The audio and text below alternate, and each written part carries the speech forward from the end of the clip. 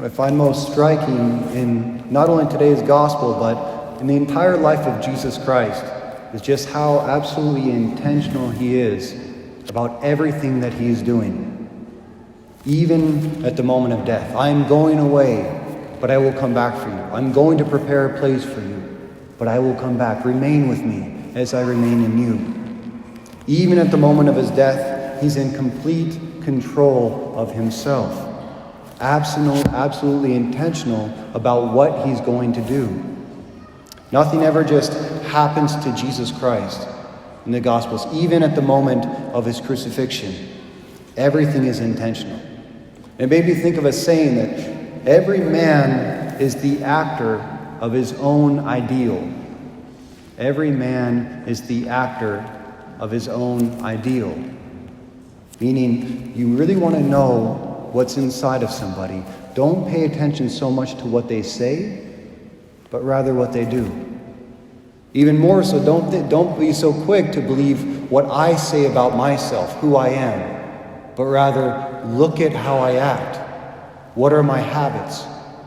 What are the constant ways that I carry myself? What do I tell myself about who I am and what I believe? And am I living that out?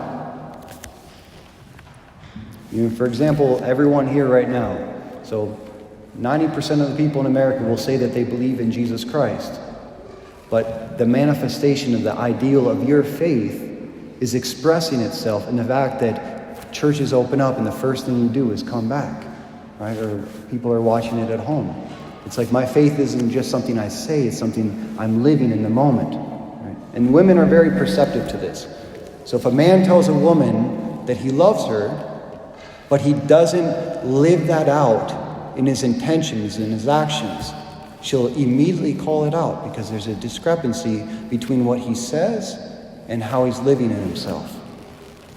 So the idea that every man is the actor of his own ideal means who I am is manifesting itself in how I'm living my life today, where I put my time, my energy, my attention. That reveals the deepest part of who I am in myself. And I think a very important question for us to ask ourselves from time to time is, am I living the ideal of the person I always wanted to be in life? Or have I lost sight of it? Does my life as it is today reflect the true ideal I hold in my heart for who I always wanted to be? Because something I've come to see very clearly recently is that it's very easy to become passive in life and allow life to determine who I am far more than me determining my own existence. It's so easy to allow the clutter to build up so much in our personality, in our day-to-day, that our true ideal of our person becomes buried like a diamond in the rough. I recently saw a movie about a man who was going through a sort of a midlife crisis. And his marriage was falling apart. He kind of turned into a little bit of a slob in the way that he was dressing, in the way that he was eating. It was just kind of everything was on autopilot. And at one point, one of his friends said something to him that I thought was very interesting. He said, the reason you're going through this is because at some point along the way, you forgot who you are. You lost sight of who you always wanted to be. You took the back seat of your own life. And because he did that, little by little, his life just started slipping away from him. He woke up one day and he didn't even recognize the man that he had become after so many years. I talked to a young woman a while back, and she said something to me. She said that when she went to college, she lost herself. And I thought it was such an interesting choice of words, that you can actually remain who you are in our bodies, but we can lose our true identity, the ideal of who we always wanted to be. She said when she went away to college, she lost the ideal of who she was, and so she became what everyone else told her that she should be, and it was killing her inside. There's a saying that if you don't know who you are, the enemy will tell you. He'll give you your identity. And that's why intentionality in our life is so important. We really have to know who we are in order to live out the ideals in our own day-to-day life. And recently I went through my own very purgative process. I had different seminarians come in to live with me because seminaries kind of shut down during the COVID crisis. But one thing I asked them, I said, when you come to live with me, I want you to do it with a very critical eye. I want you to judge the way that I have my house, my actions, my habits day to day, the words that are coming out of my mouth, because they're still filled with the ideals of priesthood from all that time in formation in a greenhouse. They haven't got that kind of mediocrity that comes with just living life, even just 2 years after the priesthood. And I was amazed and somewhat shocked by just how many things they had to point out to me in the little short time they were there. After a while, I just had to say, stop it, okay, it's enough. But when they kept saying, when I asked what I needed to get rid of, one of them said something to me that I thought was so profound. He said, to know what you need to hold on to and what's clutter that needs to get rid of, you have to know your mission. You have to know the gift that's been given to you in your life, what you've been called to manifest in your priesthood. And once you know that, you let everything else go. And what I couldn't believe is once I finally started being intentional about that, about who I am, what the gifts I've been given, what has really resounded in my heart, I suddenly looked at my rectory, my own home that I've been living in and collecting things for over 10 years of preparation for the priesthood. 70% of it was dead wood. It just accumulated, but it wasn't really speaking about who I am or what I had to give. I got rid of 70% of my books, 70% of my clothing, 70% of what I was doing on a day-to-day basis that I thought was adding to who I am, but was just dead wood.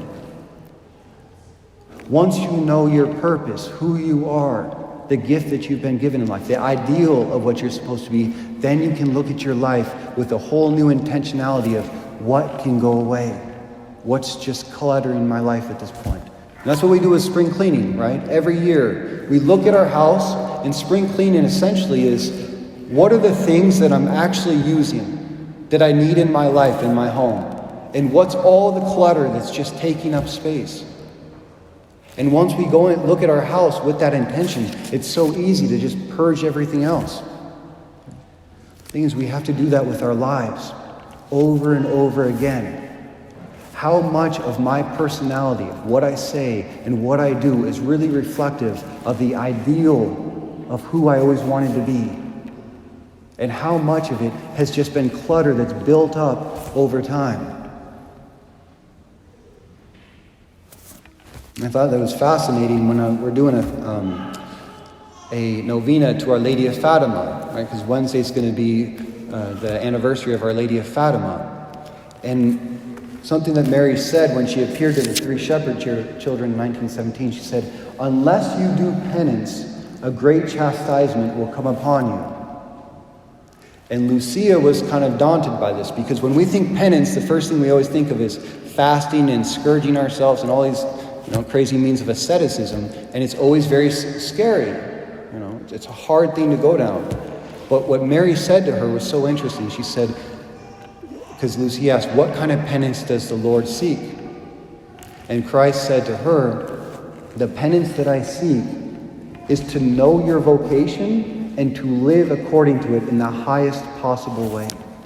To know who you are, what your mission is, and to let everything else burn away. That's true penance, to live the vocation I've been given to the full.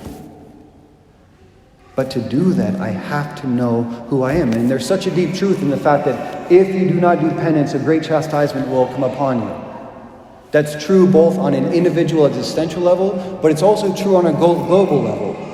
That when we allow the dead wood in our life to build up long enough that we don't even know who we are anymore, then when tragedy comes, when trials hit, everything goes up in flames. The clutter chokes us out in the end. And that's what happened to that man in his midlife crisis. He let all the dead wood of his life build up for so long that when the fire came, it burned up everything. So once I know who I am, what my ideal is, what my vocation is, The next question is, what are all the things in my life that are not contributing to me to be the best father I can, the best mother I can, the best spouse that I can, the best priest that I can? And you let it burn away. And the more intentional I am about my life, the more successful I will always become. And we know this, especially with food. It's like the easiest example.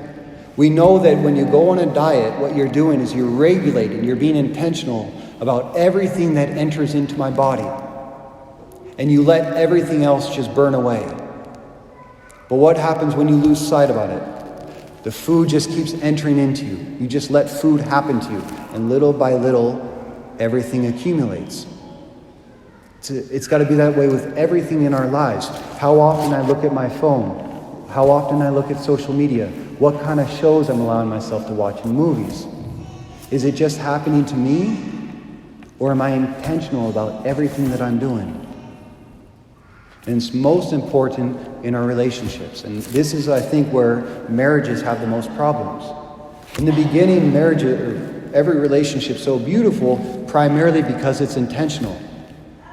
Everything you're doing to court the other. So there's romance, there's excitement, there's always something new.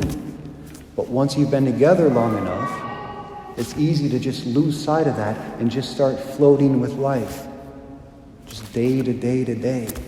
I mean, you really have to be intentional to fight to keep that romance in a relationship. And if anything, I've seen this the same thing with the priesthood. In 2 years, I couldn't believe how many habits these seminarians came to my rectory with that I'd already begun to lose since I came here. And I didn't notice it. It was just a slow corruption of my soul. And I lost sight of the ideal of what I always wanted to be. So Jesus says, I am the way, the truth, and the life. We can never know who we really are outside of Christ. Because Christ, it was through him and for him that we were created. So we can only know our true identity, our true ideal, what is the truest part of me in contemplation of Jesus Christ. The closer we come to Jesus Christ, the more he reveals our identity to us. But he's also a truth. And the truth is understood as a fire that burns, that purifies. Because when we find the way that is Christ, that we're supposed to live our life, what's the next thing that happens? There's a fire of the truth that has to burn away everything in me that is getting in the middle of that way, so that I can be purified to go down that path. And that's when I can be filled with his life.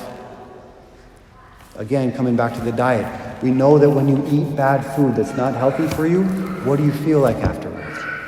It's like dead. You can barely move, You just feel lazy and bogged down all the time. But when you start eating healthy, you immediately have life and energy.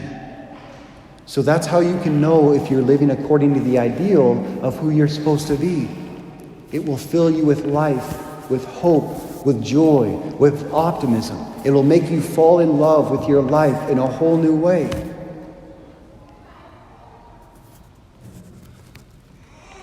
And that's why Christ says, I came that they might have life and have it to the full. The closer we draw to Jesus Christ, the more we allow him to purify us with his truth, the more life we will have. Every man is the actor of his own ideal.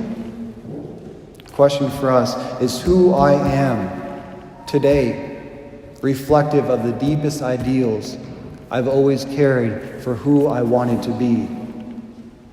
Only way to find out, we must draw near to Jesus Christ. We must follow the narrow path and allow his truth to purify us so that he himself can show us the way to eternal life.